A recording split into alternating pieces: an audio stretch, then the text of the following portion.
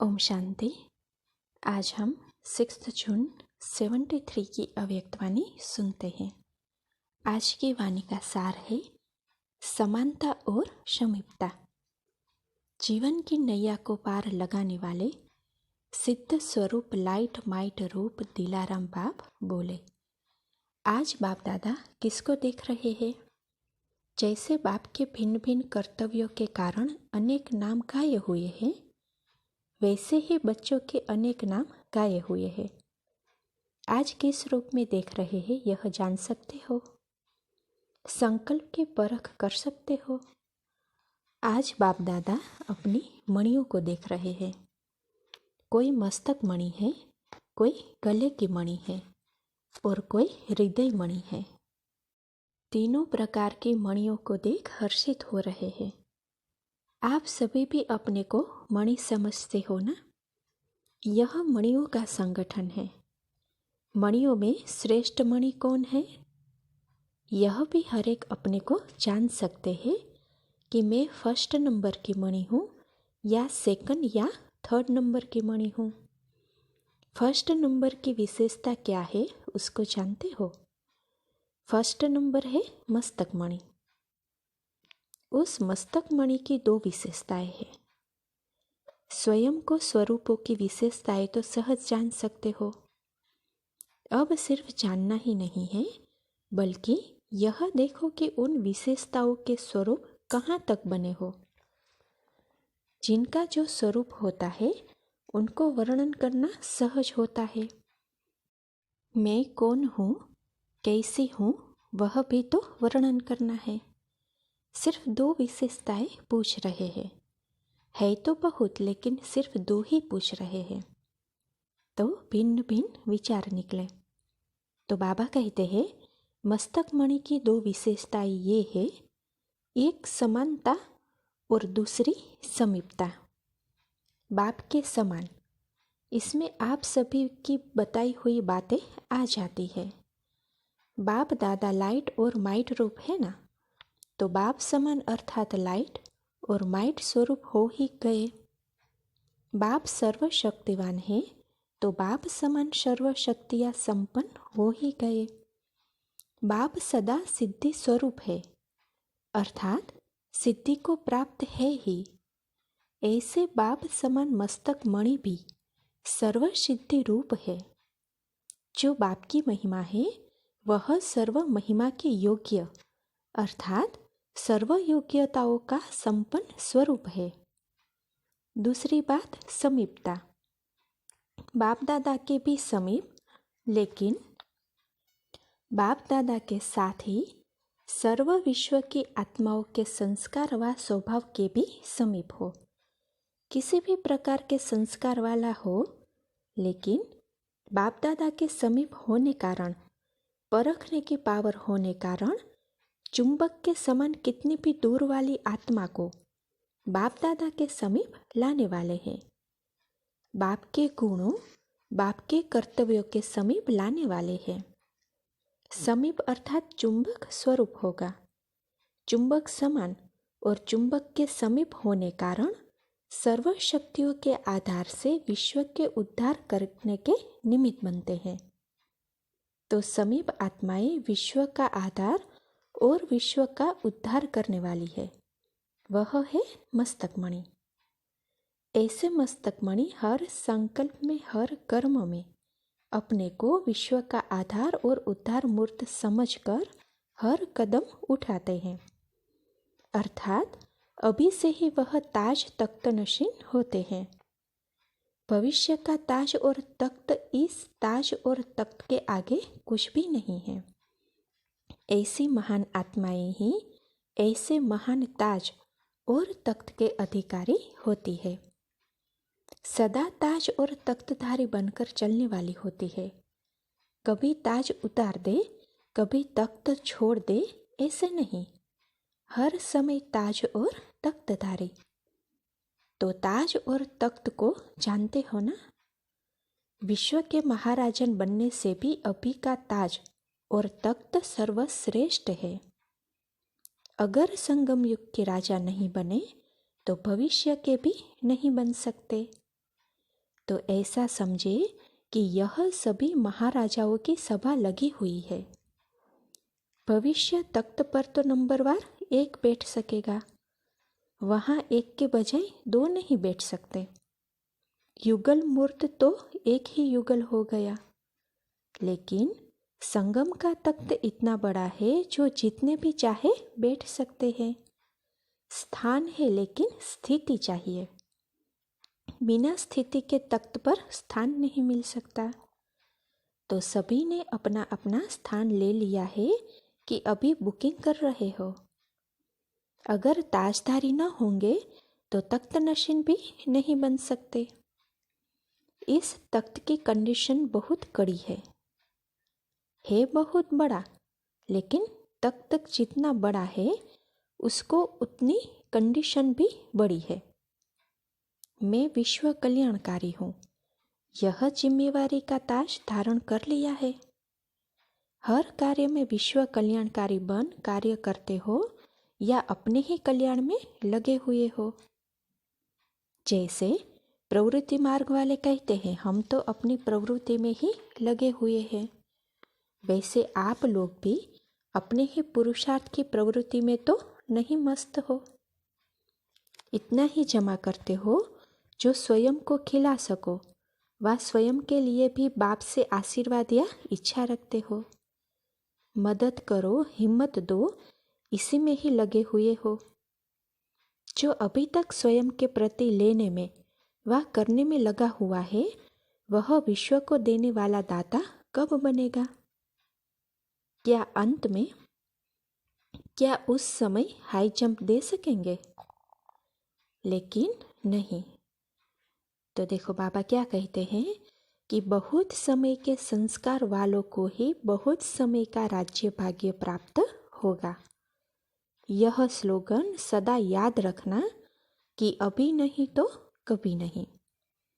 ऐसे नहीं अंत समय जब होगा तब कर लेंगे, न जब न तब लेकिन अब। तो ऐसे ताज व तख्तधारी बनना है। कौन सी तख्त नशीन? तख्त नशीन तो अपने तख्त को जानते हो ना। बाप के दिल तख्त नशीन। इस दिल तख्त की यादगार निशानी देखी है? दिल ही तख्त है, इसकी यादगार निशानी कौन सी है? तो देखो बाबा क्या कहते हैं कि जहाँ बैठे हो वही यादगार है। दिल वाला है ना, यह दिल वाला ही दिल लेने और देने वालों का यादगार है। दिल तख्त नशीन कौन हो सकता है? जो दिलाराम को दिल देने वाला और बाप का दिल लेने वाला है। सिर्फ देना नहीं, जिसको लेना और देना दोनों आता है वह है दिल तख्त नशीन। बाप का दिल कैसे लेंगे? कोई की भी दिल कैसे ली जाती है?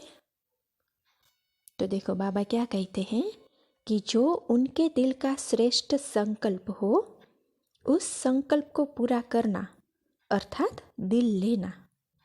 तो बाप का दिल लेना अर्थात विश्व कल्याणकारी बनना और विश्व के प्रति सर्व शक्तियों का दाता बनना। फिर लेना भी आता है या सिर्फ देकर ही खुश हो गए? देना सहज है व लेना सहज है। कौन सा सस्ता सौदा है?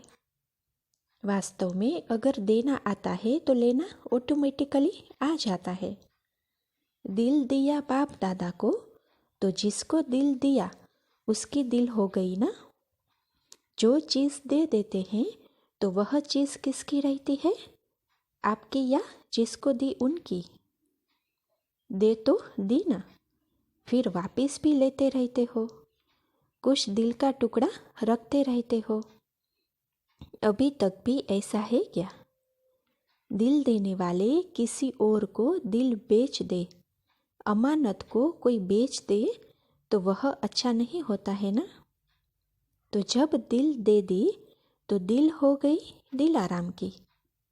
जो उनके दिल का संकल्प वही आपके दिल का संकल्प होगा या फर्क होगा? दिल लेना क्या है? तो देखो बाबा इसके लिए कहते हैं कि जो बाप का संकल्प वह अपना संकल्प। जब दिल ही उनका हो गया तो संकल्प भी एक ही होगा, फर्क नहीं होगा। तो देने वाले को लेना भी आएगा या मुश्किल लगेगा? अगर मुश्किल लगता है तो इसका अर्थ है कि दिल ही नहीं है, दिल देने की। अपने पास कोई टुकड़ा रखा है, जरा भी टुकड़ा छिपाकर न रखना। जिसको देना व लेना दोनों ही आए वह होशियार हुआ ना। इस पर भी एक कहानी है, बहुत प्रसिद्ध कहानी है। अपनी कहानी भूल गई है। जो अपने दिल का टुकड़ा छिपा कर रखते हैं उसकी कहानी है। सत्यनारायण की कथा है, जिसको अमूल्य चीज समझकर छिपाया वह कखपन हो गई। यहाँ भी सत्य बाप जो सत्यनारायण बनाने वाला है, उनसे अगर जरा भी दिल का टुकड़ा छिपा कर रखा तो इस जीवन की नैया का क्या हल होगा? कखपन हो जाएगा, अर्थात कुछ भी प्राप्ति नहीं होगी, हाथ खाली रह जाएगा। एक पैसे की चोरी करने वाले को भी चोर ही कहेंगे ना। अगर कोई 1000 की चोरी करे और कोई 1 पैसे की चोरी करे, कहेंगे तो दोनों को चोर ना। हल्का चोर बार बार चोरी करता है, बड़ा चोर एक ही बार करता है। तो इसलिए दिल को दिया तो दिया। ऐसे दिल देने वाले सदा मस्तक मणि के समान लाइट हाउस माइट हाउस होते हैं। यहाँ सिर्फ लाइट हाउस नहीं बनना है, लेकिन साथ साथ माइट हाउस भी बनना है। ऐसे को ही मस्तक मणि कहा जाता है। अभी बताओ मस्तक मणि हो? जैसे मस्तक स्मृति का स्थान है, वैसे मस्तक मणि की निशानी सदा स्मृति स्वरूप हो। मस्तक मणि बहुत अच्छा श्रृंगार होता है। अगर मस्तक पर मणि चमके तो कितना अच्छा श्रृंगार होगा। मस्तक मणि सर्वश्रेष्ठ श्रृंगार है। श्रृंगार की तरफ स्वतः ही सभी की दृष्टि जाती है। ऐसे मस्तक मणियों के ऊपर विश्व के सर्व आत्माओं की नजर अर्थात आकर्षण स्वतः ही होता है। ऐसे मस्तक मणि हो। अगर अंधियारे के बीच मणि को रख दो तो क्या दिखाई देगा? लाइट देने का भी कार्य करेगी। तो इस विश्व की अंधियारी रात में चारों ओर के अंधकार के बीच ऐसे मस्तक मणि क्या कर्तव्य करेगी? मार्ग दिखाने का, मंजिल पर पहुंचाने का, हर एक को लक्ष्य तक पहुंचाने का। तो ऐसे मस्तक मणि हो या कभी कभी खुद ही भटक जाते हो।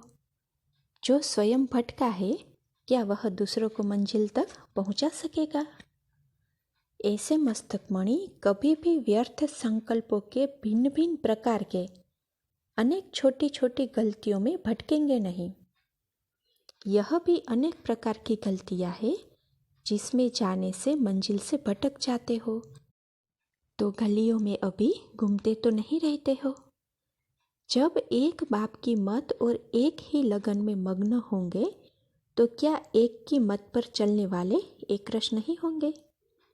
अगर एक रस नहीं है तो अवश्य एक मत में दूसरी मत मिक्स करते हो। अगर एक मत हो तो एक रस जरूर हो। यह पुराने संस्कार भी यदि मिक्स करते हो तो वह एक की मत नहीं। यह आत्मा की मत, आत्मा के अपने कर्मों के बने हुए संस्कार है, परमात्मा ज्ञान द्वारा बने हुए संस्कार नहीं। तो अगर अपने पुराने संस्कार मिक्स हो जाते हैं तो अनेक गलियों में भटक जाएंगे, एक रस नहीं होंगे, एक मंजिल पर सदा स्थित नहीं होंगे।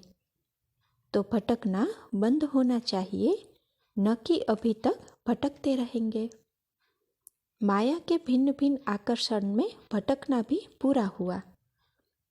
अब फिर भी यह गलियां कहाँ से निकली है व्यर्थ संकल्पों की?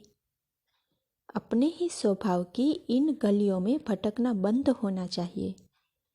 जैसे आप लोग सेमिनार करते हो तो अंत में प्रस्ताव पास करते हो ना, वैसे यह भी प्रस्ताव पास करो कि भटकना बंद हो। यह भी ब्राह्मणों का सेमिनार है ना। मेला अर्थात सेमिनार।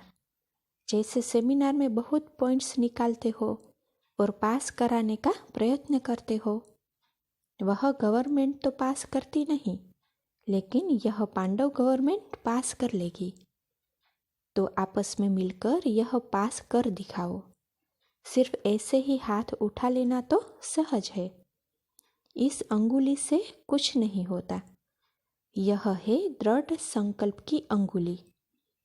जब तक यह अंगुली नहीं उठाई तब तक पास नहीं हो सकता। समझा? ऐसे 1 सेकंड में दृढ़ संकल्प रूपी अंगुली देने वाले महावीर और महावीरनियां, संकल्प और कर्म में समान रहने वाली श्रेष्ठ आत्माएं हो ना। ऐसे सदा दिल तख्त नशीन और विश्व कल्याणकारी के स्मृति रूप ताज तख्तधारी बच्चों को याद प्यार और नमस्ते। अभी इस मुरली का सार सुनते हैं। मस्तक मणि की मुख्य 2 विशेषताएं हैं, समानता और समीपता। समानता अर्थात बाप समान बनना, अर्थात बाप की जो भी योग्यताएं हैं वह हमारी भी हो। समीपता अर्थात बाप दादा के समीप होना व विश्व की आत्माओं के संस्कार व स्वभाव के समीप होना। समीप होना माना चुंबक स्वरूप होना। स्वयं को ताज और तख्तधारी बनाकर चलना है। ऐसे नहीं कि कब ताज उतार दे तख्त छोड़ दे।